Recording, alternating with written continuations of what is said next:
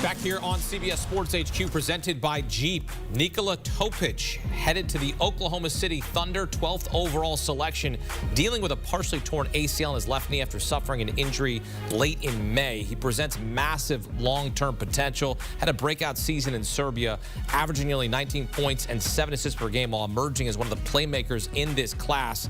And by the way, we now have Nikola Jokic, Nikola Jovic, and now Nikola Topić in the NBA. And we have tied for the most non-NCAA players, 6 drafted in the top 14, as Richiche, Sarr, Holland, Salon, Buzelis, and now Topić going 12th overall to Oklahoma City.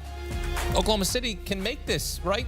They're not worried about the injury to his ACL. They can make this move at 12. Your draft grade is what? Yeah, I'm going to give them an A- on this one because they have the time to wait on this. Topić was at one point a top 5 prospect in this class. We're talking about a big point guard with a terrific instinctive feel for the game and as a passer. He gets paint touches at will, and guess what? That's what OKC's offense is predicated on, getting multiple paint touches. Now, Topić may not play next season. He may have to have that surgery, and it may cost him the year. But OKC is in a position where they're already going to be one of the best teams in the West. They can afford to wait. So this is a long-term play from a team that is already loaded with young talent and now has a really significant long-term asset that fits with their style of play, especially now that they've moved off of Josh Giddey. This is brilliant. A lot of people, to Fink's point, if you were mocking Topić outside of the top 5, say 2 months ago, like the entire continent would tell you you're an idiot for doing that. This is a guy who has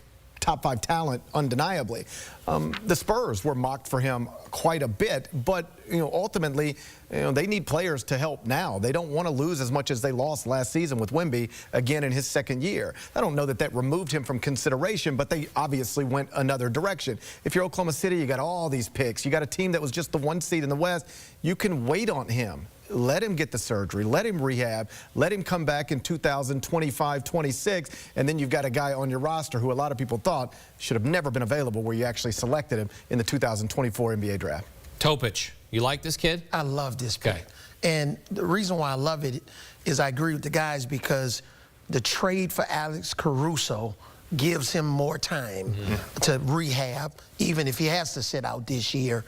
And, he wasn't going to play but, 10 minutes a game maybe behind the guy who finished second in the MVP race with Shai Gilgeous-Alexander, who I love.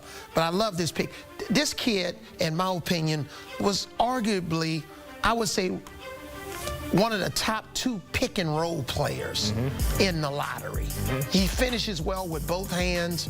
I love watching tape on kids like this because he reminds me of a lot of the old school players that I played against. But this was a solid pick for Oklahoma City, and he'll improve from the outside. But the key is Sam Presti, they don't need to rush him into action.